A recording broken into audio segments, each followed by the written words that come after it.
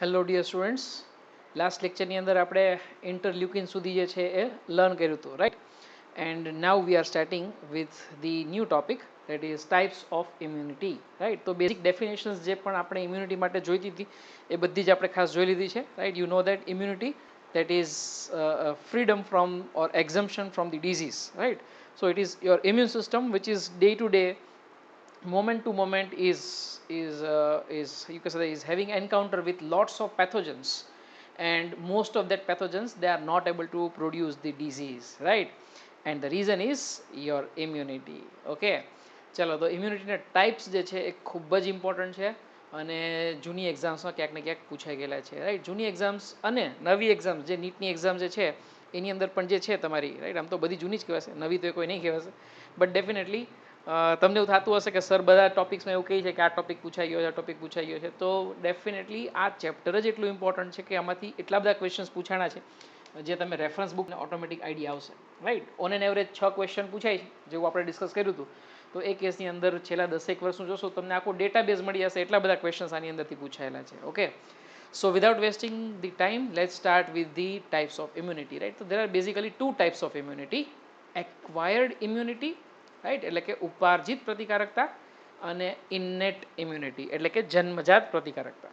હવે જે આ ઇન્નેટ ઇમ્યુનિટી જે છે એ આપણે ડિટેલમાં ડિસ્કસ કરીશું આની પછીની સ્લાઇડ્સમાં, રાઈટ? અત્યારે જે આપણે ફોકસ કરવાના જે છે એ આપણે ફોકસ કરવાના છે એક્વાયર્ડ ઉપર, રાઈટ? ઇન્નેટનો મતલબ જે છે એ ખાસ તમે સમજો. ઇન્નેટ એટલે કે જે જન્મજાત હોય એ, નેચરલ હોય એ, રાઈટ? તો એના માટે તમારે કંઈ કરવાનું હોતું નથી, જે ગોડે આપેલી છે ગિફ્ટ, એ નેચરલ ઇમ્યુનિટી જે છે એને શું કહે છે આપણે? ઇન્નેટ ઇમ્યુનિટી કહે છે, રાઈટ? તો આ રીતે જે છે તમારે એ યાદ રાખવાનું છે. ઓકે, હા, એક્વાયર્ડનો મતલબ એવો થશે કે here you acquire from somewhere, right? Either by natural process or by artificial process. જોશું આપણે હમણાં, રાઈટ? તો એની અંદર એક્ટિવ અને પેસિવ બંને હશે, અને બંનેમાં પાછા બે ટાઈપ આવશે ફરી પાછા, નેચરલ બી હોઈ શકે અને આર્ટિફિશિયલ બી હોઈ શકે, રાઈટ? આવા ટોટલ જે છે ટાઈપ્સ આપણે જો થોડીક ડિટેલ્સમાં જવું પડશે, પણ યાદ રહી જશે, સમજાઈ જશે, ડોન્ટ વરી અબાઉટ દેટ. હા, આ જે પણ કાંઈ ઇમ્યુનિટી હોય, એક્વાયર્ડ ઇમ્યુનિટી, એ સ્પેસિફિક ઇમ્યુનિટી હોય, રાઈટ? મતલબ કે એની અંદર ક્યાંક ને ક્યાંક તમારા ડબ્લ્યુબીસીસ, ખાસ કરીને લિમ્ફોસાઇટ્સ, રાઈટ? લિમ્ફોસાઇટ્સની અંદર ટી સેલ્સ અને બી સેલ્સ, રાઈટ? ટી લિમ્ફોસાઇટ અને બી લિમ્ફોસાઇટ ઇન્વોલ્વ થાય છે, અને એ કેસની અંદર ખાસ કરીને તો બી લિમ્ફોસાઇટ, કારણ કે ઇમ્યુનોગ્લોબ્યુલિન્સ બનાવવાનું કામ જે છે એ તમારા બી લિમ્ફોસાઇટ કરે છે, રાઈટ? જેને આપણે કહીએ છીએ આઈજી, રાઈટ? ઇમ્યુનોગ્લોબ્યુલિન્સ, જેની અંદર 5 નામ આવશે, રાઈટ? આઈજીજી, આઈજીએ, આઈજીએમ અને આઈજીડી અને આઈજીઈ, રાઈટ? શોર્ટ ફોર્મમાં કહીએ તો ભાઈ આ કોરોના વાયરસનું ઇન્ફેક્શન થયું હોય તો બચવા માટે ક્યાં જાય બધે? તો ગામડે, બરાબર ને? હા, તો આવું કંઈક નામ તમે યાદ રાખી શકશો, રાઈટ? સમજ યાદ રાખવા માટેની કી છે ખાલી, એવું કંઈ ગામડે એટલે બીજું કંઈ છે નહીં. 5 ટાઈપ છે ઇમ્યુનોગ્લોબ્યુલિનના, બરાબર ને? તો immunoglobulins are produce by B lymphocyte, અને એ હંમેશા આ જે છે, રાઈટ? ઇમ્યુનોગ્લોબ્યુલિન્સ જો તમને યાદ હોય તો આપણે લાસ્ટ લેક્ચરની અંદર જ કીધું હતું કે ઇમ્યુનોગ્લોબ્યુલિન્સ જે છે એ ખરેખર શું છે? તો કે એક જાતના એન્ટીબોડી, એન્ટીબોડીનું જ સિનોનિમ ઇમ્યુનોગ્લોબ્યુલિન છે, અને એન્ટીબોડી હંમેશા જે છે એ શું હોય? એન્ટીજનને સ્પેસિફિક જ હોય, રાઈટ? તો એ કેસની અંદર બહુ સરળતાથી તમે યાદ રાખી શકો છો કે એક્વાયર્ડ ઇમ્યુનિટી હંમેશા સ્પેસિફિક જ હોય.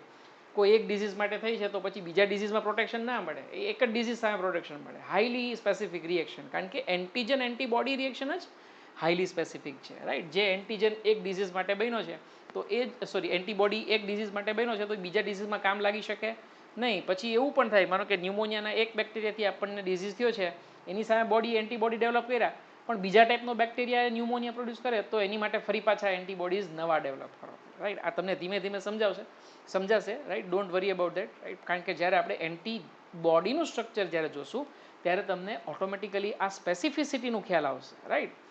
Remember that this type of immunity, they are highly specific, right? Because of the specificity of the antibody.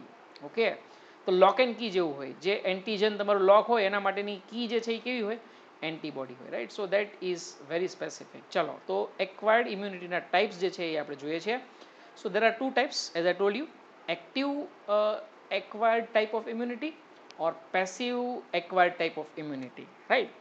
Active એટલે કે જ્યાં તમારી બોડીનો કંઈક રોલ આવે છે, તમારી બોડીએ કંઈક મહેનત કરવી પડે છે, રાઈટ? મતલબ કે બોડીમાં એન્ટીજનનું એક્સપોઝર થયું તો બોડીએ એન્ટીબોડી જો બનાવ્યા છે તમારા શરીરે, તમારા ડબ્લ્યુબીસીએ, તો એ કયા ટાઈપની થશે? Active immunity, right? તો ક્યાંક ને ક્યાંક બોડીએ જે છે એ ક્યાંક મહેનત કરવી પડી છે, રાઈટ, એટીપી ખર્ચવા પડ્યા છે, ડબ્લ્યુબીસીનો રોલ આવ્યો છે, તો સક્રિય પ્રતિકારકતા તમે કહી શકશો. જો આપણી બોડીનો ડાયરેક્ટલી કંઈ રોલ નથી આવતો, બહારથી સીધા રેડીમેડ મળે છે, તો એને શું કહેશું આપણે? પેસિવ ઇમ્યુનિટી કહેશું, રાઈટ. એક્ઝામમાં આપણે વાંચીએ અને મહેનત કરીને માર્ક્સ આવે તો એ શું કહીએ આપણે? એક્ટિવલી આપણે, right, active type of immunity, એ રીતે. અને બાજુવાળામાંથી જોઈને આન્સર લખી નાખ્યો હોય તો એ કંઈ માર્ક્સ આવ્યા ના કહેવાય. આપણે જોઈને ભલે ખુશ થાય કે આજે માર્ક્સ બહુ સારા આવ્યા, પણ એ તો પેસિવ હોય, રાઈટ. એટલે આમાં આપણે ઇમ્યુનિટીમાં એવું નથી કે એક્ટિવ ખરાબ હોય ને પેસિવ ખરાબ હોય, કે પછી એક્ટિવ વધારે સારું ને પેસિવ ખરાબ, એવું કશું જ નથી. જસ્ટ તમને સમજાવવા માટે કહું છું, રાઈટ. સે ફોર એક્ઝામ્પલ, મધરમાંથી ચાઇલ્ડને જે પણ કાંઈ એન્ટીબોડી મળે, તો એ કેસમાં ચાઇલ્ડે કાંઈ મહેનત કરવાની થઈ નથી, તો એ કયા ટાઈપની ઇમ્યુનિટી થઈ? પેસિવ ઇમ્યુનિટી થાય, રાઈટ. આ એક એક્ઝામ્પલ આપ્યું. આપણે બીજા એક્ઝામ્પલ પણ જોશું, એન્ટી સિરમવાળા એક્ઝામ્પલ પણ જોશું આપણે, બરાબર ને. તો definitely this is called as a passive immunity, right. ફરી પાછા એક્ટિવ ઉપર જઈએ આપણે. તો એક્ટિવ ઇમ્યુનિટીની અંદર ફરી પાછા બે ટાઈપ. કયા બે ટાઈપ? તો કે એક જે તમારું નેચરલ હોય એ, રાઈટ. નેચરલ એટલે કે માનો કે તમને કોઈ ઇન્ફેક્શન થયું છે, રાઈટ. સે ફોર એક્ઝામ્પલ, ભગવાન ના કરે કંઈ ઇન્ફેક્શન થાય, પણ કદાચ માની લો કે કદાચ તમને જે છે મીઝલ્સ થયા હતા, રાઈટ, નાના હશો ત્યારે થયા જશે, કાં તો ચિકન પોક્સ થયા હશે, રાઈટ. મીઝલ્સ એટલે કે ઓરી, રાઈટ. ચિકન પોક્સ એટલે કે અછબડા, રાઈટ. તો મીઝલ્સ જે છે એ એકવાર તમને થાય છે, પછી પાછું ફરી પાછા થાય છે ખરા, રાઈટ. બીજી વાર ક્યારે એવું સાંભળ્યું કે ભાઈ એક વ્યક્તિને ઓરી થયા અને ફરી પાછા 2 વર્ષ પછી કે 20 વર્ષ પછી પાછા મીઝલ્સ થયા, એવું ક્યાંય તમે સાંભળ્યું? અથવા ચિકન પોક્સ એકવાર થયા હોય, અછબડા એકવાર નીકળ્યા હોય ને વળી પાછા 15-20 વર્ષે પાછા અછબડા નીકળ્યા, એવું કે તમે સાંભળ્યું? નહીં, રાઈટ. તો એનો મતલબ શું થયો? કે એકવાર તમને ઇન્ફેક્શન થઈ ગયું, ઘણીવાર ક્લિનિકલ ઇન્ફેક્શન, ક્લિનિકલ એટલે કે તમે ખરેખર માંદા પડો, રાઈટ, થોડો તાવ આવે, કંઈક પ્રોબ્લેમ્સ થાય, કદાચ ઘણીવાર એવું થાય કે અમુક ઇન્ફેક્શનમાં હોસ્પિટલમાં દાખલ કરવા પડે, એ માટે ટ્રીટમેન્ટ લેવી પડે. અથવા તો સબ ક્લિનિકલ ઇન્ફેક્શન પણ હોઈ શકે. સબ ક્લિનિકલ મતલબ કે એ બેક્ટેરિયા આવીને કદાચ જતો પણ રહ્યો હોય, અને કારણ કે બેક્ટેરિયા પોતે એટલો નબળો હોય, અથવા તો માનો કે ઇમ્યુનિટી તમારી એટલી સ્ટ્રોંગ હોય, તો તમને ખરેખર સિમ્ટમ્સ ખબર જ ન પડી, રાઈટ. તમે ઘણા બધા જોતા હશો પેશન્ટ અત્યારે કોરોના વાયરસનું ઇન્ફેક્શન હોય પણ એ સિમ્ટોમેટિક હોય, રાઈટ. એટલે કે એનું ખબર જ ના પડે. સબ ક્લિનિકલ ઇન્ફેક્શન થયું ને જતું રહ્યું, આપણને ખબર ના પડી. સબ એટલે કે ઓછું, રાઈટ, એટલે કે માઇલ્ડ ટાઈપનું, એ રીતે આપણે અહીંયા મતલબ નીકાળવાનો છે. તો ક્લિનિકલ કે સબ ક્લિનિકલ ઇન્ફેક્શન થાય. જો ક્લિનિકલ ઇન્ફેક્શન થાય ને તો ત્યારે તમારા બી સેલ્સ અને ટી સેલ્સ જે છે એ તમારા રોલમાં આવશે. અને મેં તમને પહેલાં કીધું એમ કે બી સેલ્સ જે છે તમારા, રાઈટ, એટલે કે બી લિમ્ફોસાઇટ્સ જે છે એ જે છે એ ઇમ્યુનોગ્લોબ્યુલિન બનાવવાનું કામ કરશે. પણ જ્યારે પહેલી વાર બોડીની અંદર કોઈ એન્ટીજન આવે ત્યારે આ બી સેલને થોડોક સમય લાગે છે, ટાઈમ લાગે છે. એટલે ધીમે ધીમે ધીમે ધીમે જે છે એ એન્ટીબોડી બનાવશે, ઇમ્યુનોગ્લોબ્યુલિન્સ બનાવશે, અને બહુ ઝાઝા નહીં બનાવી શકે, એકદમ ઓછી માત્રામાં બનાવશે, રાઈટ. રાઈટ. તો એટલું બધું જે છે એ બોડી રિસ્પોન્સ નહીં કરી શકે. બેક્ટેરિયલ લોડ કે વાયરલ લોડ વધારે હશે, અને બી સેલ્સની જે છે, કારણ કે હજી એ લર્ન કરે છે એન્ટીબોડી બનાવવાનું, એન્ટીજન એન્ટીબોડી રિએક્શન બહુ સ્પેસિફિક હોય. એ કેસની અંદર બી સેલ્સ જે છે એ લર્ન કરે છે કે હા, આ ટાઈપનો પ્રોટીન મોલેક્યુલ ગ્લાયકોપ્રોટીન આવ્યો છે, એની સામે લડવાનું છે. અને લડતા લડતા એને ટાઈમ લાગે છે. અને પ્રાઇમરી રિસ્પોન્સ હંમેશા કેવો હોય? ઓછી ઇન્ટેન્સિટીનો હોય, અને એ જે છે એ એટલો ઇફેક્ટિવ ના હોય, રાઈટ. પણ જ્યારે પણ ફર્સ્ટ ટાઈમ એન્કાઉન્ટર થાય, એટલે કે ક્લિનિકલ કે સબ ક્લિનિકલ ઇન્ફેક્શન થાય પછી બોડી પાસે એક સ્પેશિયલ ટાઈપના સેલ્સ, રાઈટ, જે બી સેલ્સ એન્ટીબોડી રિલીઝ કરતા હોય ને એને પ્લાઝ્મા સેલ્સ કહેવાય. ડાયરેક્ટલી એન્ટીબોડી રિલીઝ કરતા હોય ને એને શું કહેવાય? Plasma cells.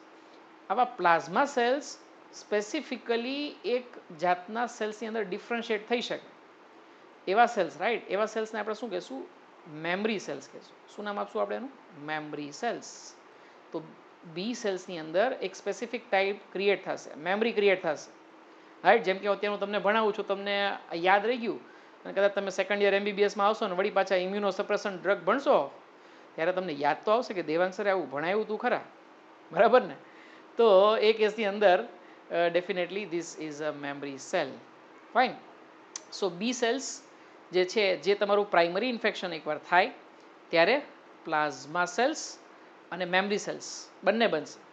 અને આવા મેમરી સેલ્સ આ એન્ટીજનને યાદ રાખશે, રાઈટ. ઇટ વિલ રિમેમ્બર કે આ ટાઈપનું આવ્યું હતું, રાઈટ. તમને કોઈએ ગુસ્સો કર્યો હોય, કોઈની સાથે ઝઘડો થયો, તમે યાદ રાખો આ પેલો જ વ્યક્તિ છે જેને થપ્પડ મારી હતી, આવા દે પાછું, બીજી વાર આવા દે, right. You remember that. So such type of memory is also there with the B lymphocytes. અને સેકન્ડ ટાઈમ માનો કે કદાચ બોડીની અંદર ગમે રીતે જે છે બેક્ટેરિયા કે વાયરસ અંદર આવી ગયો છે, you have now readymade cell, B M cell will very easily converted into plasma cells. અને પ્લાઝ્મા સેલ્સ જે છે એ ઇન્સ્ટન્ટેનિયસલી જે છે શું બનાવવા મળશે?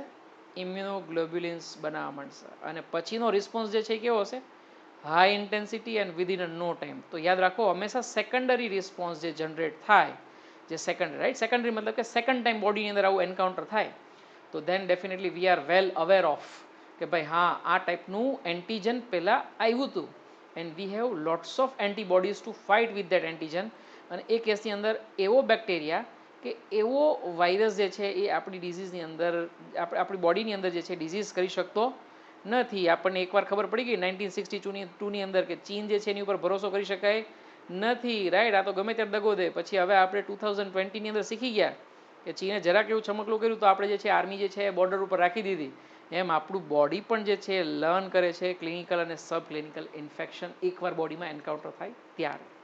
This is called as A natural immunity. અને તમને ખ્યાલ હશે કે જે લોકો માટીની અંદર વધારે રમ્યા હોય, રાઈટ, બાળકો હોય નાના, એ માટીની અંદર વધારે રમ્યા હોય, અથવા તો જે તમે જોતા હશો તમારી આજુબાજુ કદાચ કોઈ લેબર વર્ક કરતા હોય, મજૂર કામ કરતા હોય, એના બાળકો ગમે એવો તડકો હોય, શરદી હોય, વરસાદ હોય, એવા કેસની અંદર એને જે છે જલ્દીથી ઇન્ફેક્શન લાગતું નથી. ક્યાંક ને ક્યાંક એ લોકો સબ ક્લિનિકલ ઇન્ફેક્શનને એક્સપોઝ થાય છે. માટીની અંદર રહેલા જે બેક્ટેરિયાઝ જે છે કે એની સાથે એ એક્સપોઝ થાય છે અને એનું બોડી જે છે એ લર્ન કરે છે કે આવા ટાઈપના બેક્ટેરિયા આવે તો એન્ટીબોડીઝ બનાવવા, રાઈટ. તો એ લોકોને ડિઝીઝ થવાના ચાન્સીસ કમ્પેરેટિવલી તમારી કરતાં કે મારી કરતાં ઓછા હોય છે, રાઈટ. આપણે જે લોકો સુખ સુવિધામાં રહેવા ટેવાયેલા હોય એવા લોકોની ઇમ્યુનિટી કરતાં જે લોકો આ રીતનું વર્ક કરતા હોય બહાર જે છે એ ઘણા બધા પેથોજન્સને એક્સપોઝ, આપણે એવું નથી કહેતા કે પેથોજનને એક્સપોઝ થાય એ એમના માટે કંઈ ટૂંકમાં બિચારાની પાસે ઓપ્શન નથી હોતો એટલે એવું થાય છે. પણ then you can consider that કે આવી વર્સ્ટ સિચ્યુએશનમાં પણ એક એડવાન્ટેજ છે એમની પાસે કે એમની હર્ડ ઇમ્યુનિટી જે છે એ ક્લિનિકલ ઇન્ફેક્શન અથવા તો સબ ક્લિનિકલ ઇન્ફેક્શનને કારણે જે ડેવલપ થતી ઇમ્યુનિટી જે છે એ આપણી કરતાં કમ્પેરેટિવલી વધારે હોય છે, રાઈટ. So this is. અને બીજું પણ તમને એક્ઝામ્પલ આપ્યું હતું મેં, તમને જો યાદ હોય તો, કે જે બાળકો નેચરલ બર્થ એટલે કે વજાઇનલ બર્થ જે લોકોનો હોય છે તો એ કેસની અંદર વજાઇનાની અંદર રહેલા નેચરલ ફ્લોરાની સાથે એક્સપોઝ થાય છે, સબ ક્લિનિકલ ઇન્ફેક્શન ક્યાંક ને ક્યાંક એન્કાઉન્ટર કરે છે, એમની ઇમ્યુનિટી વધારે હોય છે. સિઝેરિયનથી જે બાળકનો જન્મ થાય એની કમ્પેરેટિવલી જે છે ઇમ્યુનિટી થોડીક એ નેચરલ વજાઇનલ બર્થવાળા બાળક કરતાં ઓછી હોય છે, right. This is as per research. Moving to the second one, definitely આ જે છે તમે એ પણ કન્સિડર કરી શકો છો કે this is the basis of vaccination, right. Vaccination definitely artificial ટાઈપનું થશે, રાઈટ. આર્ટિફિશિયલની અંદર તમારે વેક્સિન કરવું હોય તો સીધું એક્ઝામ્પલ શું થયું, વેક્સિન. કોઈ તમને પૂછે કે ભાઈ એક બાળકને બીસીજીનું વેક્સિન આપ્યું છે અને હવે ટીબી થતું નથી, તો એ જે છે કયા ટાઈપની ઇમ્યુનિટી થઈ? તો એક્વાયર્ડ થઈ. જો તમે જે છે એ ક્યાંક ને ક્યાંકથી મેળવી છે, પ્રાપ્ત કરી છે, તો શું થઈ? ઉપાર્જિત અથવા તો પ્રાપ્ત કરેલી, એક્વાયર્ડ. સ્પેસિફિક, કારણ કે બીસીજી વેક્સિન ખાલી ટીબી સામે જ પ્રોટેક્શન આપે છે, રાઈટ. સો એક્વાયર્ડ હંમેશા સ્પેસિફિક જ હોય. એની સામે તો કે એક્ટિવ નેચરલી નથી મળ્યું. બીસીજી જે છે એ આપણે ક્યાંક ને ક્યાંક જે છે આપણો બોડીનો રોલ આવે છે કે બીસીજીની સામે આપણે એન્ટીબોડીઝ ડેવલપ કરીએ છીએ, તો એક્ટિવ આવ્યું, સક્રિય થાય, બરાબર. અને એ પાછું આપણે આર્ટિફિશિયલી આપ્યું હતું, એ કંઈ આપણને નેચરલી તો મળ્યું નથી, રાઈટ. તો that is called as A, right. એવી જ રીતે ઘણી બધી વેક્સિન, રાઈટ, ડિપ્થેરિયા, ટીટેનસ અને પર્ટુસિસ, આ ત્રણેયની ભેગી વેક્સિન હોય એને કહેવાય ડીટીપી, રાઈટ. તમને ખ્યાલ હોય તો ત્રિગુણી રસી એવું કહે છે. હજી આની અંદર બીજી બે ત્રણ એડ કરશો, પંચગુણી રસી, આવા બધા નામ હોય છે. ગવર્મેન્ટ ઇમ્યુનાઇઝેશન પ્રોગ્રામ તમે જોશો ને તો એની અંદર આપેલું હોય, રાઈટ. તો ત્રિગુણીનો મતલબ શું છે? ત્રણ ટાઈપના બેક્ટેરિયા સામે ઇન્ફેક્શન એ પ્રોટેક્શન પ્રોવાઈડ કરે. ડિપ્થેરિયા, ટીટેનસ અને પર્ટુસિસ, રાઈટ. નામ બોલી શકશો કયા કયા બેક્ટેરિયા જે છે એ પ્રોડ્યુસ કરી શકે? રાઈટ, ઇટ ઇઝ કોરાઇના બેક્ટેરિયમ ડિપ્થેરી, ક્લોસ્ટ્રીડિયમ ટીટેની અને આ બોર્ડેટેલા પર્ટુસિસ, રાઈટ. તો આ રીતના જે છે તમારા વેક્સિન. તો વેક્સિન જે છે એ આર્ટિફિશિયલી એક્ટિવલી એક્વાયર્ડ ઇમ્યુનિટીનો ટાઈપ છે એવું કહી શકો છો. ત્રણેય ક્લાસ જે છે ને એ તમારે યાદ રાખવાના, કારણ કે ઓપ્શનમાં તમને એવું જ આપ્યું હશે કે ભાઈ આર્ટિફિશિયલ પેસિવ એક્વાયર્ડ છે, કે પછી નેચરલી પેસિવ એક્વાયર્ડ છે, કે પછી આર્ટિફિશિયલી એક્ટિવ એક્વાયર્ડ છે, કે નેચરલી એક્ટિવ એક્વાયર્ડ છે. તો ત્રણ ક્લાસ તમારે યાદ રાખવા પડશે, રાઈટ. અને એટલા માટે તો મેં પહેલેથી કીધું કે આ જે છે એ ફ્રિકવન્ટલી આસ્ક ક્વેશ્ચન છે. થોડીક બુદ્ધિ ચલાવવી પડે ને, થોડુંક અન્ડરસ્ટેન્ડિંગ હોય ને, તો એવા ક્વેશ્ચન નીટમાં પૂછાય એવા ચાન્સીસ પૂરેપૂરા છે એવું તમારે સમજી લેવાનું, રાઈટ. આઈ હોપ કે તમને ખ્યાલ આવ્યું છે. ક્લિનિકલ સબ ક્લિનિકલ ઇન્ફેક્શન નેચરલી થાય છે, એટલા માટે આપણે નેચરલ કેટેગરીની અંદર લીધું, રાઈટ. માનો કે કોઈ વ્યક્તિને એકને ડેન્ગ્યુ થયો છે તો એ પછી 6 મહિના સુધી કે 1 વર્ષ સુધી ડેન્ગ્યુ નથી થતું, કારણ કે એના એન્ટીબોડીઝ જે છે એક વર્ષ સુધી જે છે બોડીની અંદર સચવાયેલા રહે છે. એવી જ રીતે વેક્સિન તમે જે લીધેલી હોય એ તો આજીવન, રાઈટ. પોલિયોની વેક્સિન લીધી હોય પછી આજીવન ક્યારેય પોલિયો થતો નથી. તો એક્ટિવ એક્વાયર્ડ અને આર્ટિફિશિયલી એક્ટિવ એક્વાયર્ડ એ ટાઈપની ઇમ્યુનિટી તમે ગણી શકો છો, રાઈટ. તો વેક્સિનેશનનો બેઝિસ જે છે એ આપણે બહુ ક્લિયરલી અહીંયા સમજ્યા છીએ, right. This is very much important અને આવા એક્ઝામ્પલ જે છે એ એક્ઝામની અંદર પૂછાય છે, right. So now moving toward the second type, that is passive. Passive જે છે એની અંદર મેં તમને કીધું કે તમારી બોડીનો કોઈ રોલ આવતો નથી. WBC તમારા જે બી સેલ્સ જે છે એ કોઈ એન્ટીબોડીઝ બનાવતા નથી. તમે એન્ટીબોડીઝ ડાયરેક્ટલી કોકની પાસેથી લો છો, રાઈટ. કોકે મહેનત કરેલી હોય અને આપણે સીધા ભાણે બેસી જાય, જમવા બેસી જાય, રાઈટ. તો શું થયું? પેસિવ થયું. હા, આપણે જાતે બનાવીએ તો ખબર પડે કેટલી તકલીફ પડે, બરાબર ને. તો ડેફિનેટલી WBC એટલે કે બી સેલ્સ જ્યાં પણ તમારા એન્ટીબોડી બનાવે તો એક્ટિવ, અને ક્યાંય પણ આપણે એન્ટીબોડી બનાવતા નથી, સીધા ક્યાંકથી બહારથી લઈએ છીએ તો પેસિવ. પેસિવની અંદર ફરી પાછા બે આવશે, નેચરલ અને પેસિવ. તો નેચરલની અંદર બે સરસ મજાના એક્ઝામ્પલ યાદ રાખવાના છે, જેમાંનું એક એક્ઝામ્પલ તો આપણે રિપ્રોડક્ટિવ સિસ્ટમની અંદર જોઈ લીધું. કોઈ યાદ કરી શકે છે કોલોસ્ટ્રોમનો મિનિંગ શું થશે? રાઈટ. કોલોસ્ટ્રોમ એટલે કે જે ફર્સ્ટ ઇનિશિયલ મિલ્ક જે આવે થોડાક દિવસો સુધી, રાઈટ, જે મધરને જે પણ કંઈ મિલ્ક આવે, that is rich in the nutrition value પણ એટલી જ હાઈ હોય છે, અને એની અંદર એન્ટીબોડીઝ પણ એટલા જ સરસ હોય છે. અને એ એન્ટીબોડીઝ કયા હોય છે? IgA. આ રિપીટેડલી આસ્ક ક્વેશ્ચન છે, રાઈટ. લગભગ 5-1 વર્ષે રિપીટ થાય એવો ક્વેશ્ચન તમે ગણી શકો છો, right. So many time it is been asked IgA, right. Colostrum contains which of the following antibodies, અથવા તો ઇનિશિયલ મિલ્ક જે મધરનું જે પણ કંઈ આવે છે that is called as, right. તો એની અંદર આન્સર આવશે કોલોસ્ટ્રોમ. ઓકે. તમને જો ખ્યાલ હોય તો ઘણા બધા લોકો જે છે ગાય અથવા તો ભેંસને જ્યારે પણ બચ્ચું આવે ત્યારે એનું જે શરૂઆતનું દૂધ હોય, જેને આપણે ખીરું તરીકે કહીએ છીએ, રાઈટ. ઘણા બધા લોકો અલગ અલગ શબ્દ યુઝ કરતા હશે, but then we commonly refer as a ખીરું. અને એ કેસની અંદર ખીરું જે છે એ ઘણા બધા લોકો કે ભાઈ એનો ઉપયોગ કરવો જોઈએ, કારણ કે એ ન્યુટ્રિશનલ વેલ્યુ અને એન્ટીબોડીઝ પણ એની અંદર બહુ સ્ટ્રોંગ હોય, રાઈટ. તો એ આપણે અહીંયા બતાવ્યું છે. આ સિવાયનું બીજું એક્ઝામ્પલ પણ તમે જોઈ શકો છો, ટ્રાન્સપેસેન્ટલ પેસેજ. ટ્રાન્સપેસેન્ટલ મતલબ કે જે પણ કંઈ પ્લેસેન્ટા જે છે, તમને ખ્યાલ છે કે જે પણ કંઈ અહીંયા બાળક હશે, ફિટસ જે હશે, રાઈટ, જે એમનિયોન અને કોરિયોનની અંદર, એ અમ્બેલિકલ કોર્ડથી જોડાયેલું હશે. તો મધરના બ્લડમાં જે પણ કંઈ એન્ટીબોડીઝ હોય એ બ્લડ સર્ક્યુલેશનથી ફિટસની અંદર જઈ શકે છે, right. So it is through placenta. પ્લેસેન્ટાથી પેસેજ ગયો એટલે આપણે શું કશું નામ એનું શું આપશું? Transplacental passage. ઓકે. તો ત્યાંથી પણ જે છે એ એન્ટીબોડી જઈ શકે છે. અને કયા એન્ટીબોડી જાય છે? IgG, right. તો આપણે જો ગામડે યાદ રાખ્યું હતું ને, IgG, IgA, IgM, IgD અને IgE. એમાંથી આપણે બે આપણા એક્ઝામ્પલ ખાસ યાદ રાખવાનું. જો આ કન્ફ્યુઝ આની સાથે કરવાનું નથી. ટ્રાન્સપ્લેસેન્ટલ પેસેજ જે છે એ કોલોસ્ટ્રોમ સાથે તમારે જે છે એ કન્ફ્યુઝ કરવાનું નથી. ટ્રાન્સપ્લેસેન્ટલ પેસેજ ક્યારે થાય? તો કે જ્યારે વિધિન ધી વુમન્સ બોડી, જ્યારે પ્રેગ્નન્સીનો ફેઝ હોય ત્યારે મધર પોતાના ફિટસને પ્રોટેક્શન માટે આવા ઇમ્યુનોગ્લોબ્યુલિન્સ જે છે એ બ્લડ સર્ક્યુલેશન થ્રુ મોકલી આપે છે, રાઈટ.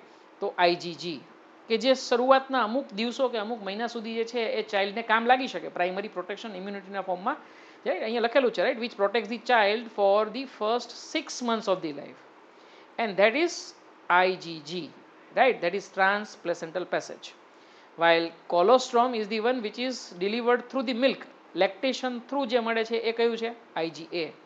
તો કોઈ કદાચ તમને પ્લેસેન્ટા થ્રુ પૂછે તો IgG લખવાનું છે, અને લેક્ટેશન થ્રુ પૂછે એટલે કે કોલોસ્ટ્રોમ થ્રુ પૂછે તો IgA લખવાનું છે. ઓકે. બંને યાદ રાખ્યા સિવાય આપણી પાસે કોઈ છૂટકો નથી, રાઈટ. તો બંને જે છે ખાસ તમારે નામ યાદ રાખવાના છે. તમે કદાચ 2 કે 3 વર્ષ પહેલાંની નીટ એક્ઝામ જોશો તો એની અંદર પણ લગભગ આ ક્વેશ્ચન જે છે એ પૂછાઈ ગયેલો છે, right. Moving toward the next and the last topic in the passive immunity, passive artificial type of immunity. તો એની અંદર આવશે ડાયરેક્ટલી પ્રીફોર્મ્ડ એન્ટીબોડીઝ. પ્રીફોર્મ્ડ એન્ટીબોડીઝ મતલબ કે જે સીરમ એનિમલ, તમને યાદ હોય તો આપણે એન્ટી સીરમ જે છે લાસ્ટ લેક્ચરની અંદર ડેફિનેશન જોઈ હતી કે હોર્સને જે છે અથવા તો રેબિટને જે છે એ બેક્ટેરિયા કે વાયરસ આપી દેવામાં આવે, પછી જે છે એ હોર્સ જે છે સીધી વસ્તુ એની સામે એન્ટીબોડીઝ, હોર્સ પોતે ઇન્ફેક્ટેડ થશે, એમાં કોઈ સવાલ નથી. લાઈવ બેક્ટેરિયા જે છે તમે અથવા લાઈવ વાયરસ જે છે એની અંદર ઇન્ટ્રોડ્યુસ કરો તો એ પોતે ઇન્ફેક્ટેડ થશે. પણ એ કેસની અંદર જે છે એ હ્યુમનની અંદર આવા ડિઝીઝ સોલ્વ કરવા માટે આવા એનિમલ્સનો યુઝ કરવામાં આવે છે, right. It is as per the guidelines, right. Cruel કહી શકો તમે મેથડ, પણ દેન ડેફિનેટલી એઝ પર ગાઈડલાઇન. પછી જે આવું ઇન્ફેક્ટેડ એનિમલ હોય એ એન્ટીબોડીઝ ડેવલપ કરે એટલે અમુક ટાઈમ પછી એનું બ્લડ કલેક્ટ કરવામાં આવે, પ્લાઝમા જે છે એ સેપરેટ કરવામાં આવે, સીરમ જે છે એ સેપરેટ કરવામાં આવે, અને રેડીમેડ એન્ટીબોડીઝ આપણી પાસે હવે તૈયાર છે, રાઈટ. આવા ટાઈપના રેડીમેડ એન્ટીબોડી ક્યારે કામ લાગે? સે ફોર એક્ઝામ્પલ કોઈ વ્યક્તિને એક્સિડન્ટ થયું છે અને એના કારણે જે છે ટીટેનસનું ઇન્ફેક્શન થયા પૂરેપૂરા ચાન્સીસ છે. પહેલાં જે પણ કંઈ લીધું હોય વેક્સિનેશન એનો કદાચ ટાઈમ સાયકલ પૂરો થઈ ગયો હોય, અથવા તો ઇફેક્ટિવનેસ ડૉક્ટરને એવું લાગે, શંકા લાગે કે ટીટેનસના ઇન્ફેક્શન થયા સ્ટ્રોંગ ચાન્સીસ છે, તો એને આવું સીરમ જે છે, એન્ટી સીરમ જે છે એ તમારે આપવું પડે, એ સિવાય કોઈ છૂટકો નહીં. સ્નેક બાઇટ થઈ ગયું, રાઈટ. હવે કંઈ સ્નેક બાઇટ માટેની તો વેક્સિનેશન કોઈ લીધી ના હોય, રાઈટ. માનો કે સાપ કરડ્યો આપણને, તો સાપ માટેનું જે વેનમ જે છે એ વેનમની અંદર પણ ગ્લાયકોપ્રોટીન્સ હોય, અને એવા ગ્લાયકોપ્રોટીન સામે આપણી બોડીમાં કોઈ જે છે એન્ટીબોડી રેડીમેડ હોતા નથી, અને એન્ટીબોડી બનાવતા બનાવતા 1 વીક કે 10 દિવસ થાય, 2 કલાકમાં તો બિચારાને રામ રમી જશે, રાઈટ. તો આવા કેસમાં પણ શું કરવું પડે, આપણે એનું એન્ટી સિરમ જે છે એ આપવું પડે, રાઈટ. સો જો આવા એન્ટી સિરમ જે છે એના નામ લખેલા છે. ટીટેનસની અગેન્સ્ટ હશે તો શું કહેશું આપણે, એન્ટી ટીટેનસ સિરમ. રેબીઝ એટલે કે હડકવો થયો હોય, રાઈટ, આપણે ત્યારે પણ ડિસ્કસ કર્યું હતું. તો એ કેસની અંદર પણ આપણે જે છે પહેલેથી વેક્સિન નથી આપી, જ્યારે આવું કૂતરું કરડ્યું હોય અથવા એ માનો કે બિલાડી જે છે કરડી હોય, પછી આપણે જે છે ને ઇન્જેક્શન આપવું પડે. પહેલાં તો 14 ઇન્જેક્શન આપવા પડતા, હવે તો 2 ઇન્જેક્શનમાં ચાલ્યું જાય છે, રાઈટ. હા, અને એના એડવાન્સમેન્ટ ઘણા બધા થતા રહેતા, એટલે આવું જે છે ચેન્જ થતું રહેતું હશે. But anti rabies serum is life saving, anti tetanus serum is life saving, snake venom anti serum જે છે એ લાઈફ સેવિંગ છે. આવી કડી ડિપ્થેરિયામાં પણ અવેલેબલ છે. તો આવા બધા લાઈફ સેવિંગ જે પણ સિચ્યુએશન છે ત્યાં આર્ટિફિશિયલ પેસિવ એક્વાયર્ડ ઇમ્યુનિટી બહુ જ ઇમ્પોર્ટન્ટ છે એવું કહી શકો, રાઈટ. યાદ રાખો, આપણા બોડીનો કોઈ જ રોલ આવતો નથી. એનિમલમાં જે એન્ટી સિરમ ડેવલપ થયું હતું ને, રાઈટ, એન્ટીબોડીઝ જે ડેવલપ થયા હતા એ આપણે સીધા લઈ લીધા, અને નેચરલી પણ મળ્યું નથી, કારણ કે આપણે ઇન્જેક્શનથી આપીએ છીએ. તો શું થઈ ગયું, artificially passive acquired type of immunity, and this has many a time been asked, right. જેમ IgA અને IgG આ બે પૂછાયેલા છે, એમ એન્ટી વિનમ્સ જે પણ કંઈ જે છે તમારું સોરી આ સ્નેક વિનમ જે છે, એન્ટી સ્નેક વિનમ સિરમ જે છે, અથવા તો એન્ટી રેબીઝ સિરમ જે છે, આ ફ્રિકવન્ટલી આસ્ક્ડ ક્વેશ્ચનમાંના એક છે. આઈ હોપ તમને જે પણ કાંઈ હું ડિટેલ્સ સમજાવું છું એ બધી જ સમજાય છે. ખાસ એક્ઝામ્પલ બધા જ કેટેગરીમાં સમજવાના છે, ગોખવાના નથી. એવું ગોખીને નાખતા કે એન્ટી સિરમ આવ્યો એટલે આર્ટિફિશિયલી પેસિવ એક્વાયર્ડ જ હોય, તો એ તમને કદાચ મહિના દિવસ સુધી યાદ રહેશે, પછી જ્યારે બધો સિલેબસ ભેગો થશે ત્યારે યાદ નહીં રહેશે. તો મેં જેવી રીતે તમને સમજાવ્યું છે એવી રીતે તમે સમજશો, it will be a life time memory for you, it will be life time knowledge for you. Okay, સરસ મજાની ઇમેજીસથી આપણે સમજવાનો પ્રયત્ન કરીએ. ટાઈપ્સ ઓફ ઇમ્યુનિટી જોઈ શકો છો તમે અહીંયા કે મમ્પ્સ જે છે, રાઈટ, મમ્પ્સ એટલે કે ગાલ પચોડિયા, રાઈટ. આપણે જોયું હતું, અને સરસ મજાનું સેન્ટેન્સ એ બોલ્યા હતા, એકલા ખાય ને ગાલ પચોડિયા થાય. આ સમજી લો કે કોઈ એકને, રાઈટ, એવું તો કંઈ થતું નથી, ખાલી કહેવત છે, રાઈટ. ચલો, મમ્પ્સ જે છે એ કદાચ કોઈ વ્યક્તિને એકવાર થયું, પછી સીધી વસ્તુ છે કે હવે બીજી વાર ફરી પાછા મમ્પ્સના વાયરસ આવશે તો એ પછી જે છે બોડી યાદ રાખે છે, મેમરી સેલ્સ ક્રિએટ કર્યા છે, અને મેમરી સેલ્સ ક્રિએટ કર્યા છે તો એ કેસની અંદર ડેફિનેટલી કેવું થઈ ગયું તમારું, એ હવે ડિઝીઝ પ્રોડ્યુસ કરી શકતો નથી. તો એક્ટિવ ઇમ્યુનિટીનો ટાઈપ થયો. પણ આવી એક્ટિવ ઇમ્યુનિટી આપણે નેચરલી એક્વાયર કરી છે. એકવાર ડિઝીઝ થયો તો પછી આપણા બોડી એની સામે એન્ટીબોડી બનાવીને, બીજી વાર ડિઝીઝ આવ્યો તો એની પાસે આપણી પાસે મેમરી સેલ હતા જ કે જે એન્ટીબોડી બનાવવા માટે જાજો ટાઈમ નથી લેતા, અને ફટાક દઈને ડિઝીઝ જે છે એને સિમ્ટમ્સ પ્રોડ્યુસ થવા દેતા નથી. સો it is A active, but it is A naturally acquired type of active immunity. એવી જ રીતે કોઈ વેક્સિન આપી છે તમને, પોલિયોની વેક્સિન તમે નાના હશો ત્યારે આપી હશે, તો એ પણ જે છે એ એક્વાયર્ડ ટાઈપની જ ઇમ્યુનિટી થઈ. તમે ક્યાંકથી પ્રાપ્ત કરી છે ઇમ્યુનિટી, તમારા ભગવાને જે છે તમને જે છે ભગવાને જે છે નેચરલી નહોતી આપી, ઇન્નેટ ઇમ્યુનિટી નથી. It is definitely acquired immunity, but it is artificially acquired active immunity. Active immunity એટલા માટે કારણ કે બંને કેસની અંદર લિમ્ફોસાઇટ્સે કામ કરવું પડે છે, એન્ટીબોડીઝ તમારા શરીરે બનાવવા પડે છે, WBC બનાવવા પડે છે. એવી જ રીતે પેસિવ ઇમ્યુનિટી તમને એમને મળે છે, રાઈટ. તો definitely this is either through mother which is naturally acquired, or sometimes as we have seen in the case of the snake venom or maybe tetanus or diphtheria or rabies, you need to give artificially acquired preparations like anti serum, right. તો એ જે છે એ તમારા પેસિવલી artificially acquired ટાઈપની immunity જે છે તમે કહી શકશો. ત્રણે ત્રણ કેટેગરી યાદ રાખશું, આર્ટિફિશિયલ છે કે નેચરલ છે, એક્વાયર્ડ છે કે પછી જે કહી શકો કે તમે ઇનેટ છે, અને એક્ટિવ છે કે પેસિવ. આ ત્રણ કેટેગરી યાદ રાખશો એટલે તમારા જે પણ કાંઈ ક્વેશ્ચન્સ આ સેગમેન્ટને રિલેટેડ પૂછાય છે એ તમે 100% જે છે કોન્ફિડન્સથી જે છે તમે સોલ્વ કરી શકશો. Okay, let's move to the another topic. Yes, આપણે જે કીધું હતું કે ભાઈ ઇનેટ ઇમ્યુનિટી જે છે એ આપણે હજી લર્ન કરવાની બાકી છે, રાઈટ. તો ઇનેટ ઇમ્યુનિટી જે છે એ આપણે અહીંયા જોઈએ છે, રાઈટ. તો ઇનેટ જે છે એ કોન્જેનિટલનો મતલબ થશે કે જન્મજાત, રાઈટ, સિન્સ બર્થ, રાઈટ. ઇનેટનો પણ એ જ મતલબ થશે, અને આ જે છે એ નોન સ્પેસિફિક હોય, રાઈટ. યાદ રાખો, આપણે એક્વાયર્ડમાં જોયું હતું કે એ સ્પેસિફિક હોય, રાઈટ. તો નેચરલ જે છે એ હંમેશા કેવી હોય, નોન સ્પેસિફિક હોય, રાઈટ. નોન સ્પેસિફિક એટલે કે બેક્ટેરિયા માટે પણ કામ કરે, વાયરસ માટે બી કામ કરે, ફંગસ માટે બી કામ કરે, અથવા તો માનો કે એક બેક્ટેરિયા કે બીજા બેક્ટેરિયા વચ્ચે ડિફરન્શિએટ કરતું નથી. જેમ કે આપણી સ્કિન, તો સ્કિન જે છે એ કંઈ એવું નહીં કે ગ્રામ પોઝિટિવ ના આવવા દે, ગ્રામ નેગેટિવને ન આવવા દે, એ કોઈને ન આવવા દે, કે પછી બેક્ટેરિયા ના આવવા દે, વાયરસને ન આવવા દે, વાયરસને બી ના આવવા દેશે ને બેક્ટેરિયાને બી ના આવવા દે. તો એ કયા ટાઈપની થઈ, નોન સ્પેસિફિક ઇમ્યુનિટી, રાઈટ. જ્યારે પહેલાની અંદર જોયું હતું કે ભાઈ એક બેક્ટેરિયાની સામે પ્રોટેક્શન મળે, પોલિયોની વેક્સિન લ્યો તો પોલિયોની સામે જ પ્રોટેક્શન મળે. પછી કંઈ મમ્સનું હારે ફ્રીમાં તમને પ્રોટેક્શન મળી જાય કે મિઝલનું ફ્રીમાં પ્રોટેક્શન મળી જાય એવું કાંઈ થતું નથી. Right, I hope it is clear. Fine, ચાલો. તો non specific type of defence and present at the time of birth. Right, so it's a God gift. Right, that you can consider. ચાલો, તો 4 ટાઈપના બેરિયર્સ જોવાના છે અને આ પણ જે છે એ નીટની એક્ઝામમાં પૂછાઈ ગયેલા ક્વેશ્ચન છે. રાઈટ, તો 4 બેરિયરના નામ જોશું અને એના અન્ડરસ્ટેન્ડ કરશું ને પછી આપણે એના એક્ઝામ્પલ જોશું. ઓકે, તો 4 જે છે એની અંદર છે ફિઝિકલ એટલે કે ભૌતિક, ફિઝિયોલોજિકલ એટલે કે દેહધાર્મિક, સેલ્યુલર એટલે કે કોષાંતરીય અને સાઇટોકાઇન્સ એટલે કે કોષરસીય. રાઈટ, ફરી પાછા રિવાઇઝ કરીએ છીએ. ફિઝિકલ, ફિઝિયોલોજિકલ, સેલ્યુલર અને સાઇટોકાઇન. રાઈટ, 4 જે છે એ આપણે એક્ઝામ્પલ લર્ન કરશું. રાઈટ, તો ટાઈપ ઓફ બેરિયર. રાઈટ, બેરિયરને ગુજરાતીમાં કહીશું આપણે અંતરાય. રાઈટ, તો અંતરાય એટલે કે એક જાતનું જે છે કહી શકાય કે ભાઈ આપણને પ્રોટેક્ટ કરી આપતું એવું લેયર. રાઈટ, અથવા તો એવું કોઈ કેમિકલ. રાઈટ, તો that is called as a barrier. Right, so first one is anatomical barrier. Right, કે જે બોડીની અંદર સ્ટ્રક્ચર આવેલું છે ને એ જ. રાઈટ, એટલે કે it is anatomically been gifted by God. Right, definitely you can consider prime example as a skin. Right, સૌથી પહેલું જ એક્ઝામ્પલ આપણે જે લેશું એ છે skin. So it is anatomical barrier. Right, એ જે છે એ ગોડ ગિફ્ટેડ છે એટલે તો આપણે ઇનેટ ઇમ્યુનિટી અંદર આપણે લર્ન કરીએ છીએ. Or else you can also call is a physical barrier. Right, physical મતલબ કે ફિઝિકલ કોન્ટેક્ટ બ્લોક કરે છે. જો જ્યાં સુધી સ્કિનનું લેયર ઇન્ટેક્ટ હોય ને ત્યાં સુધી કોઈ બેક્ટેરિયા, વાયરસ, ફંગસ અંદર એન્ટર થઈ શકે નહીં. રાઈટ, કોઈની મજાલ નથી કે જે છે એન્ટર થઈ શકે. કોરોના વાયરસ ગમે એટલો હોય એ કદાચ હાથ ઉપર પડે પણ હાથ ઉપર પડે તો ઇન્ફેક્શન કરી શકતો નથી. આપણે હાથને મોઢા સુધી લઈ જાય કે નાક સુધી લઈ જાય કે આંખ સુધી લઈ જાય તો જે કોરોના વાયરસ આપણા બોડીની અંદર જાય છે.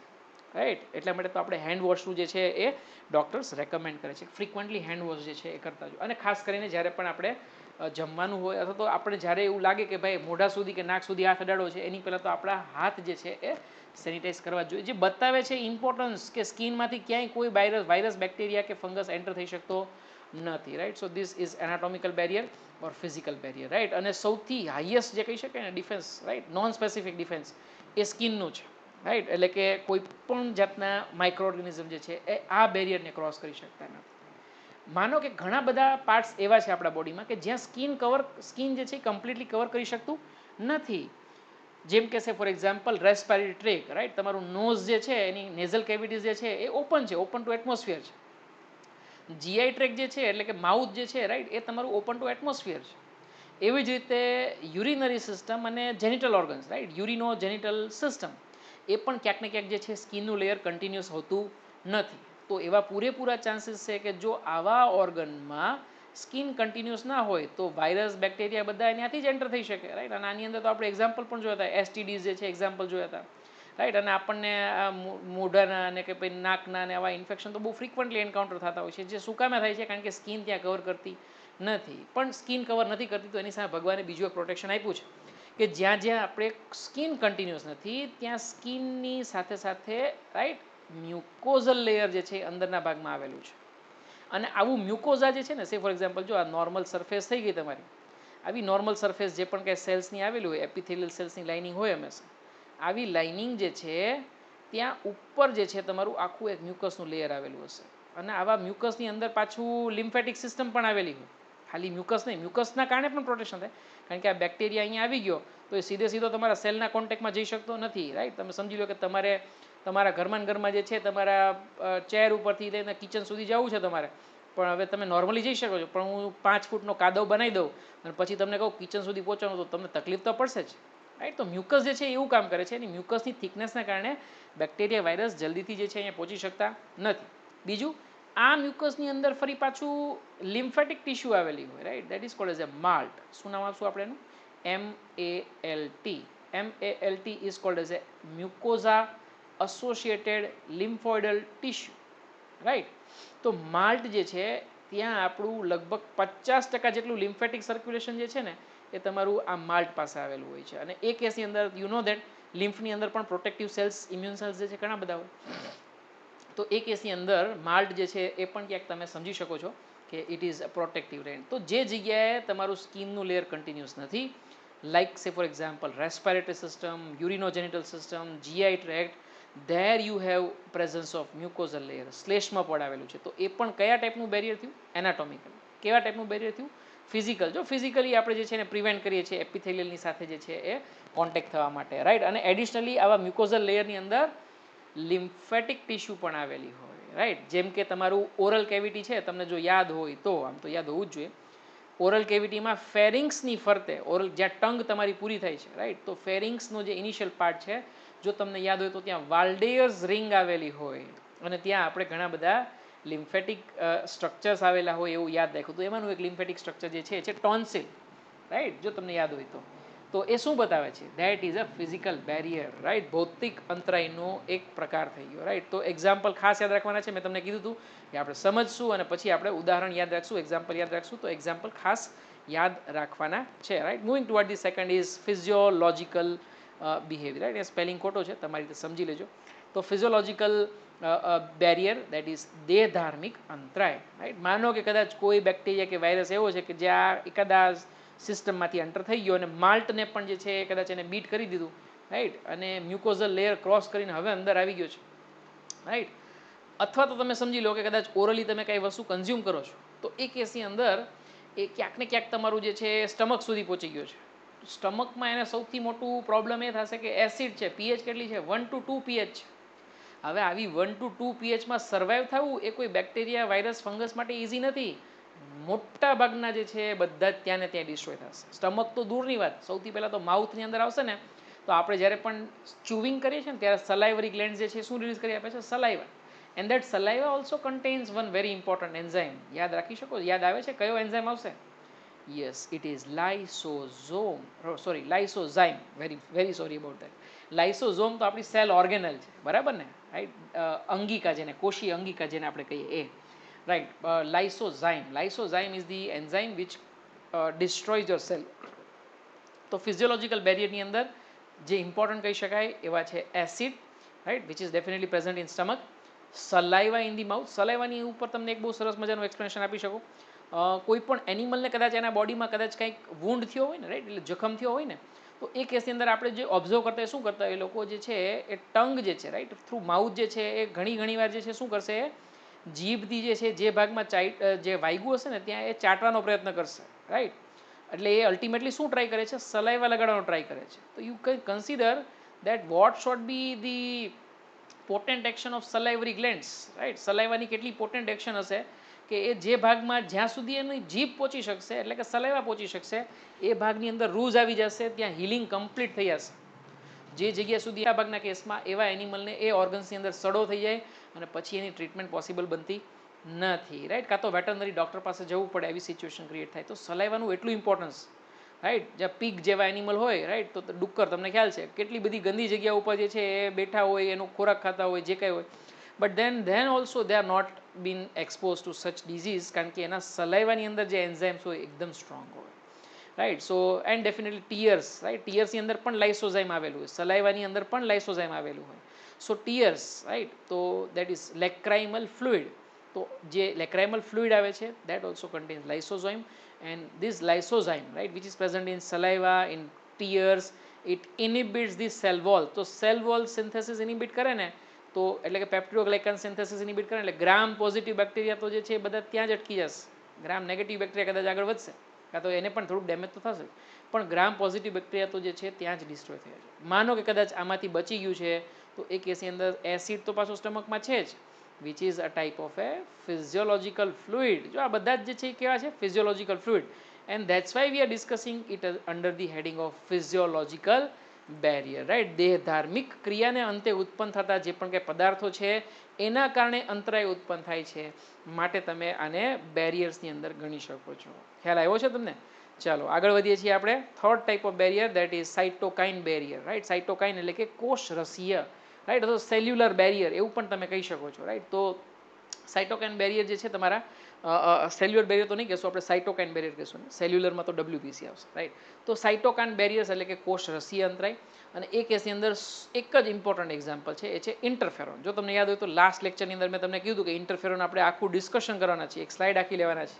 તો એ ડિસ્કશન આપણે અત્યારે કરીએ છીએ. Remember that this ઇન્ટરફેરોન gives protection against viral infection, and that's why V call it as a antiviral proteins, right. Proteins હોય એટલે સીધી વસ્તુ છે કે એમિનો એસિડના બનેલા હોય, અને આપણને કદાચ કોઈ પૂછે, રાઈટ, બુકમાં નથી આપેલું, but than It is asked one time in the APMD. So that is 270 amino acids, right? 270 amino acids ના બનેલા પ્રોટીન્સ છે જે વાયરસ સામે પ્રોટેક્શન આપે છે. તો આનું નામ શું આપ્યું આપણે? Antiviral proteins. Likewise. Okay, moving toward the details of the ઇન્ટરફેરોન.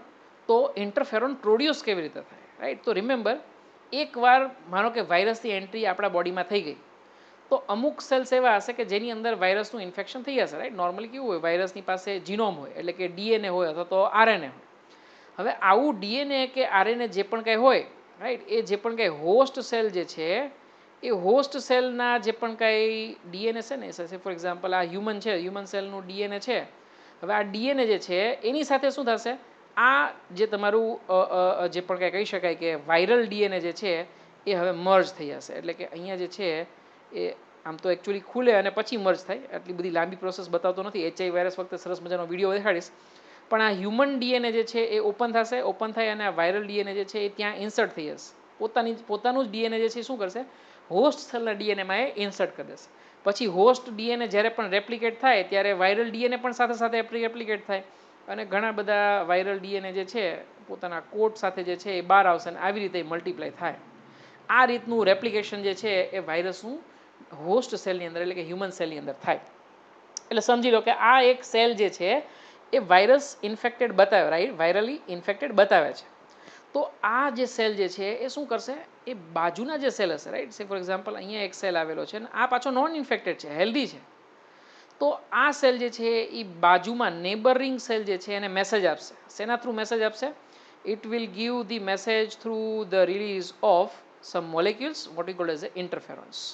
તો યાદ રાખો, ઇફ સમવન આસ્ક કે ભાઈ આ ખરેખર પ્રોડ્યુસ કોણ કરે છે, right? Interferon, right? Say for example this cell is releasing a chemical.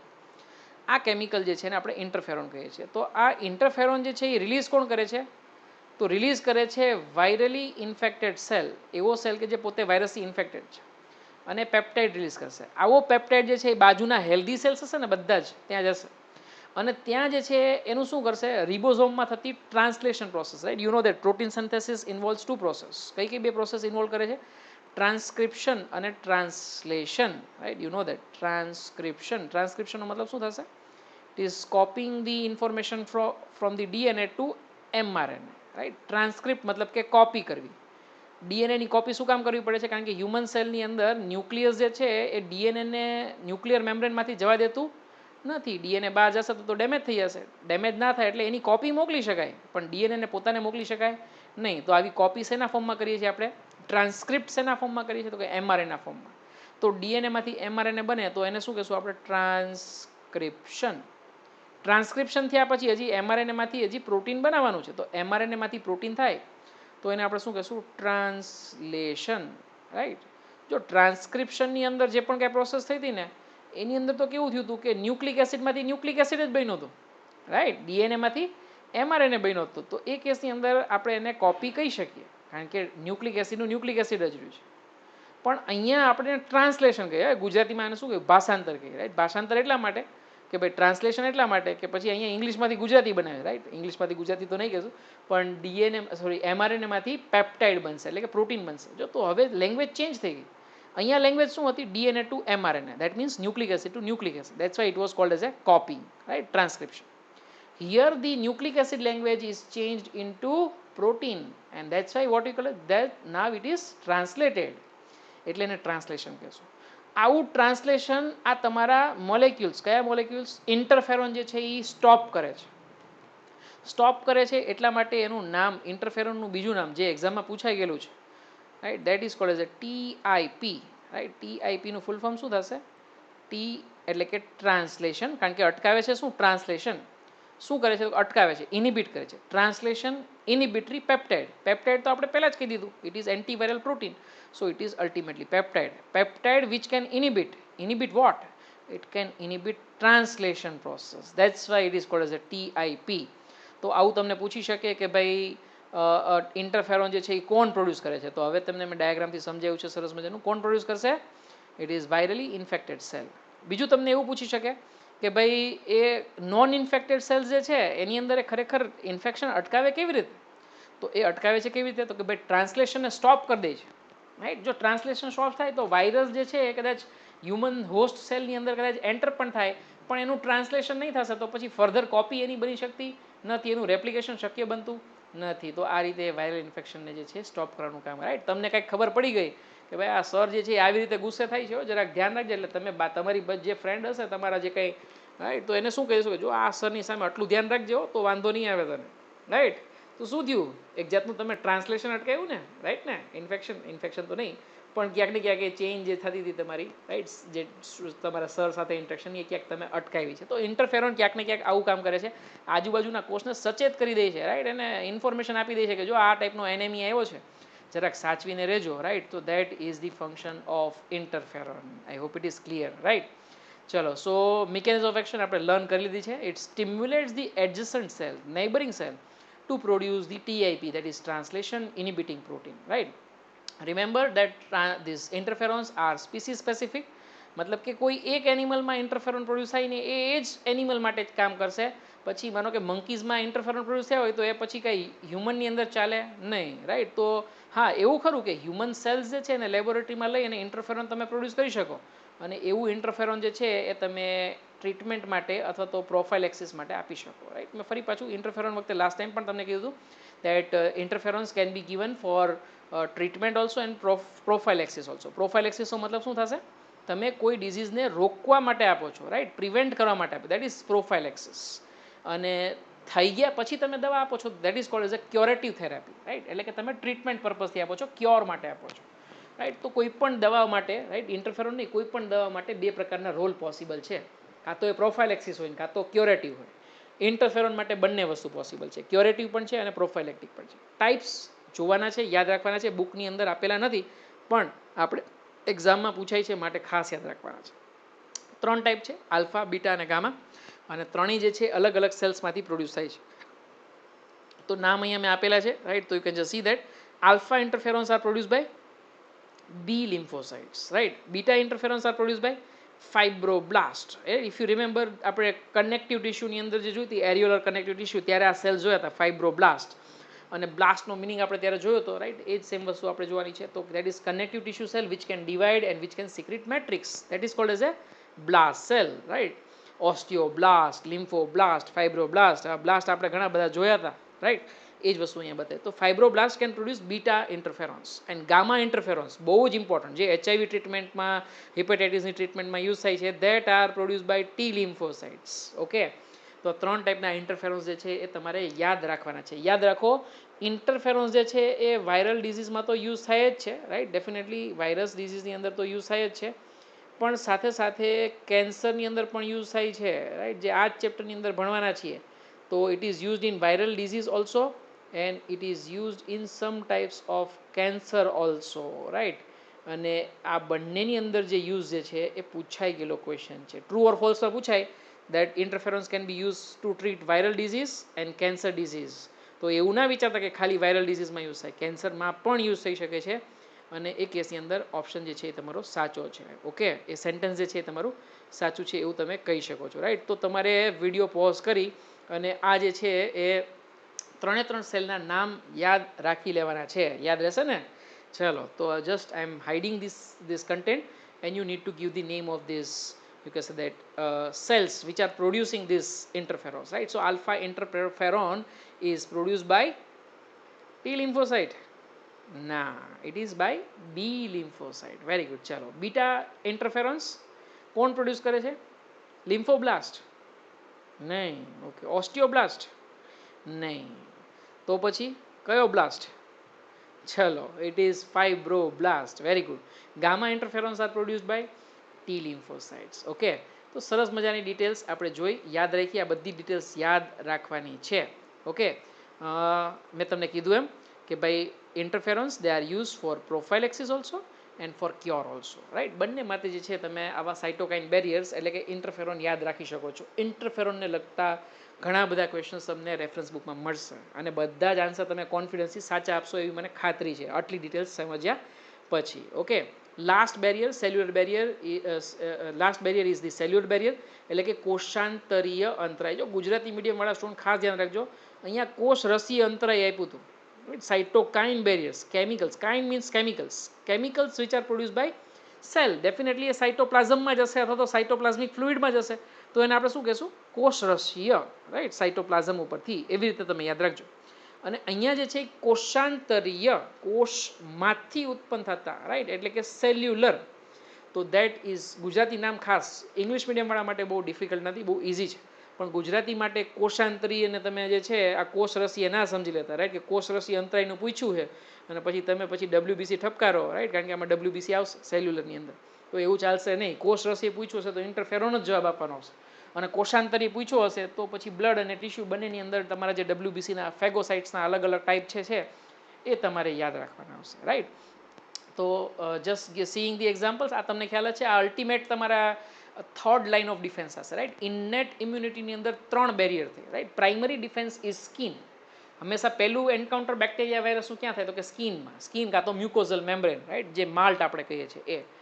ત્યાંથી કદાચ એ બચી ગયું તો એ ફિઝિયોલોજિકલ બેરિયર્સ તમારા જે છે એ કદાચ તમારા, તો એ second line of defence.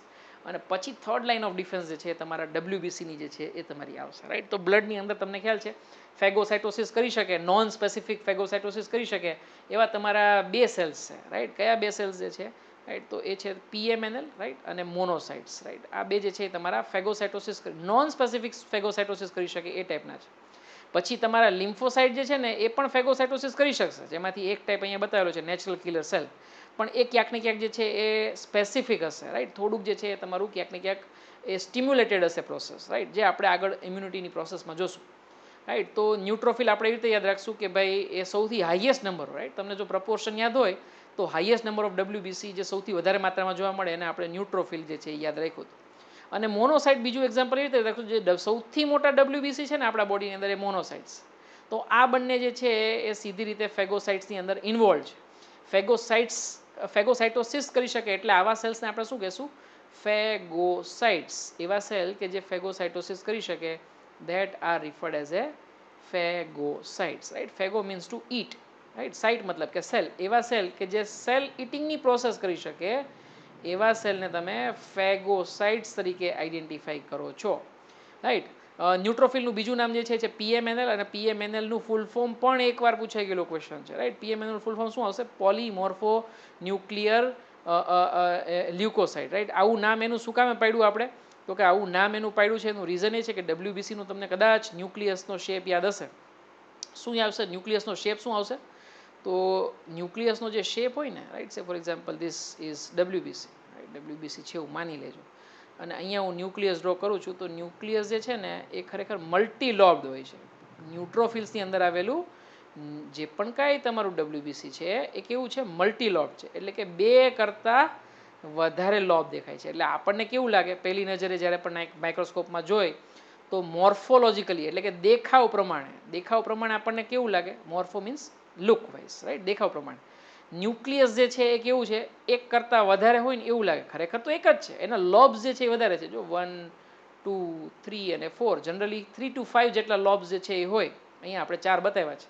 So because it is having multi lobes, that's why it appears like that nucleus are many, but actually nucleus is one, right. And that is why the name is been given as a PMNL, that is polymorphonuclear leukocytes. Okay, તો PMNL કદાચ નામ પૂછાય તો મૂંઝાવાનું નથી, right. મોનોસાઇટ્સનું ન્યુક્લિયસનો shape કેવો હશે સાથે સાથે પૂછી લઉં છું, રાઈટ. યાદ છે? હા, મોનોસાઇટના ન્યુક્લિયસનો શેપ જે છે ને એ કાં તો કિડની શેપ હોય કાં તો પછી હોર્સ શૂ શેપ હોય, રાઈટ. એટલે કે ઘોડાનો પગ જે છે ને એને નાળ કેવી હોય? ઘોડાના પગની નાળ એના જેવો શેપ હોય, રાઈટ. તો હોર્સ શૂ શેપ અથવા તો બીન શેપ અથવા તો કિડની શેપ, આવા બધા નામ આપી શકો છો. તો this is for identification. Natural killer cells, T cells જે છે ને તમારા ટી લિમ્ફોસાઇટ એનો એક ટાઈપ છે. ટી સેલ્સની અંદર ઘણા બધા સેલ્સ આવશે. For example TC, that is cytotoxic, જે નેચરલ કિલર સેલની આપણે વાત કરીએ છીએ એ. આ સિવાય મેમરી સેલ્સ પણ હોઈ શકે, સપ્રેસિવ સેલ્સ પણ હોઈ શકે, આવા ઘણા બધા સેલ્સ જે છે એ હોઈ શકે, રાઈટ. તો એમાંથી નેચરલ કિલર જે છે they are also able to do this function, cellular barrier તરીકે જે છે એક્ટ કરી શકે. તો બ્લડની અંદર રહેલા 3 એક્ઝામ્પલ આપણે જોયા, અને હવે આપણે જઈએ છીએ આગળ ટિશ્યુ ઉપર. તો ટિશ્યુમાં પણ એ જ સેલ આવશે, રાઈટ. એમાં કંઈ બીજું છે નહીં. કંઈ જે તમારો મોનોસાઇટ બ્લડમાં છે એનો એ સેલ જ્યારે ટિશ્યુમાં જશે તો એને આપણે શું કહેશું? મેક્રોફેજ. જો આવું નામ શું કામ આપ્યું? મેક્રો, કારણ કે લાર્જ. જો હવે કોરિલેટ કરો, મોનોસાઇટ જે છે એ કેવો છે? આપણા બ્લડની અંદર એલો સૌથી લાર્જેસ્ટ સાઇઝનો WBC છે. લાર્જમાં પણ એની સાઇઝ કેવડી? નોર્મલ ડબ્લ્યુબીસી હોય ને 10 to 12 માઇક્રોમીટરનો હોય, નોર્મલી 10 માઇક્રોમીટરના જ હોય.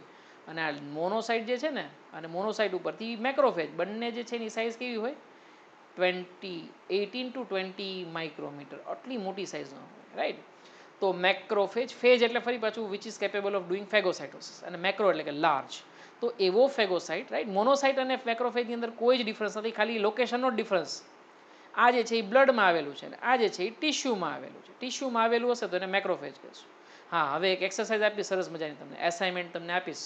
તમારે જે પણ કંઈ આપણે અલગ અલગ ચેપ્ટર ભણ્યા એમાં ઘણા બધા ફેગોસાઇટ્સ ભણ્યા, જેમ કે બ્રેઇનની અંદર ફેગોસાઇટ્સ કંઈક અલગ હતા, લંગ્સની અંદર ફેગોસાઇટ્સ અલગ હતા, ગેસ્ટ્રો ઇન્ટેસ્ટિનલ સિસ્ટમ એટલે કે સ્ટમકમાં અને ઇન્ટેસ્ટાઇનની અંદર ફેગોસાઇટ્સ કંઈક અલગ હતા, લીવરના એક સેલનું તમને નામ આપી દો, કપ્ફર સેલ્સ, એટલે તમને યાદ આવે, રાઈટ. ચલો, તો એ સિવાયના જેટલા પણ ઓર્ગન્સની અંદર આપણે અલગ અલગ ફેગોસાઇટ્સ ભણ્યા છીએ એ બધાનું નામ તમારે મને સમરાઇઝ કરીને આપવાનું છે, રાઈટ. કોના કોના તમે નામ આપશો મને?